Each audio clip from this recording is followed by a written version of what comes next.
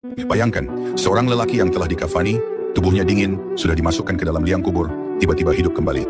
Bukan mimpi, bukan cerita karangan, tapi sebuah peringatan yang membuat semua orang yang menyaksikannya gemetar. Pada masa itu para sahabat sedang bersama Rasulullah. Mereka berbicara tentang kematian, tentang kehidupan setelah mati, tentang penyesalan yang datang ketika waktu sudah habis. Namun sebagian manusia masih meremehkan. Mereka bertanya-tanya, apakah orang mati benar-benar bisa kembali hidup? Apakah hari kebangkitan itu nyata?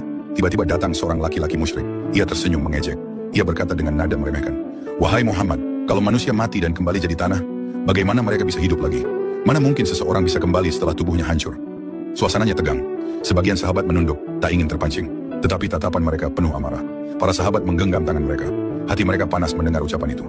Namun Rasulullah tetap tenang, beliau selalu tenang. Dengan lembut beliau berkata, "Kalian ingin melihat tanda kekuasaan Allah?" Semua terdiam. Rasulullah mendekati jenazah seorang lelaki yang baru saja dimandikan. Tubuhnya sudah dibungkus kain kafan. Tak ada napas, tak ada gerakan. Rasulullah meletakkan tangan di atas dada jenazah itu dan berkata, "Bangkitlah dengan izin Allah yang maha menghidupkan." Dan seketika itu, kain kafan itu bergerak, jari-jarinya bergetar, lalu lelaki itu membuka matanya.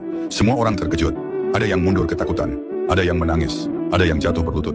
Lelaki yang baru saja mati itu berkata dengan suara terbata, "Wahai Rasulullah, kembalikan aku ke dunia. Aku ingin satu kesempatan untuk beramal. Satu saja." Suasana hening, semua menyadari itu adalah suara penyesalan dari seseorang yang telah melihat kebenaran setelah ajal.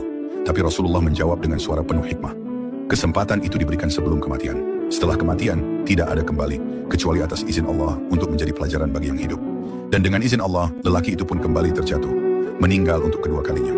Rasulullah menatap para sahabat dan berkata, "Inilah keadaan manusia ketika ajal menjemputnya.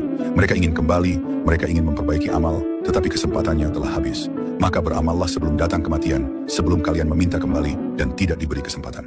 Dari peristiwa itu kita belajar satu hal besar. Penyesalan terbesar manusia datang ketika napas terakhir terlepas.